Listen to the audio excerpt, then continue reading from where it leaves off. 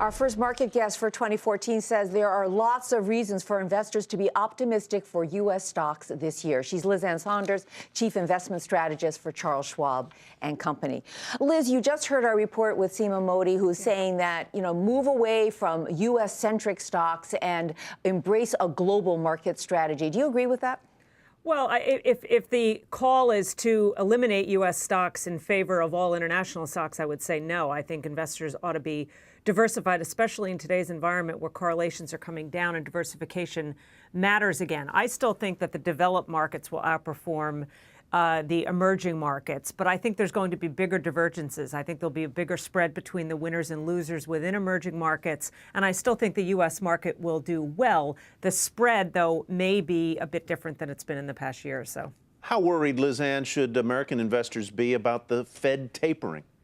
I don't think terribly worried. In fact, I think, if anything, the market had almost given permission to the Fed to start tapering. And when you listen to some investors weigh in on Fed tapering or lack thereof, when you talk to business leaders, I think had gotten to the point where, if anything, it was holding back confidence. It was holding back business. I think a lot of folks felt it was time to rip the Band-Aid off. And I think the market's reaction, certainly the day of the Fed's announcement, and really since then, suggests that the market is ready for this, that we have moved into the expansion phase of the economy, and it's time to move toward more normal monetary policy.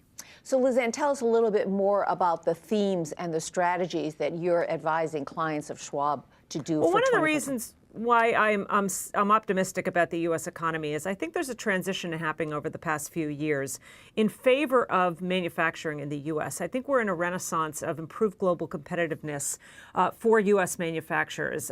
One of our taglines has been that Middle America is our favorite emerging market. We're really seeing business come back from many of the emerging markets, particularly in China. The wage gap is narrowing. And it's nice to think of our economy as being productive again, to be export-oriented again, as opposed to just creating paper wealth, which, if you think about it, the last two expansions were more about paper wealth than anything else. And I think that feeds into the industrial part of the economy. It feeds into the consumer part of the economy.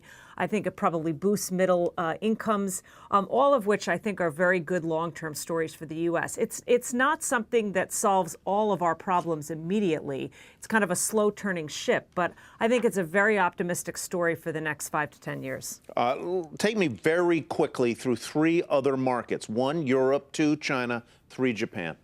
Yeah, well, we're actually positive on all three of those. And in the case of China, that's a bit of a turn in the last few months for us, because we had a fairly negative view in China up until the recent period where the reforms were announced. Not because they will have an immediate effect on the Chinese economy, but it may be that thing, that inflection point that turns psychology, and I think gets investors to realize that they're very true about their desires to move the economy away from credit-led investment growth more toward consumption growth. We are still believers in the turn that is happening in Japan, their desire to weaken the currency, the positive impact that that's having on the market. And Europe, we also think, hit an inflection point earlier in 2013 where manufacturing started to turn. And that's really all you need for equity markets, is to hit that inflection point, because markets look ahead.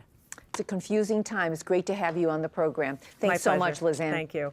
Liz Ann Sonders, Chief Investment Strategist for Charles Schwab and Company.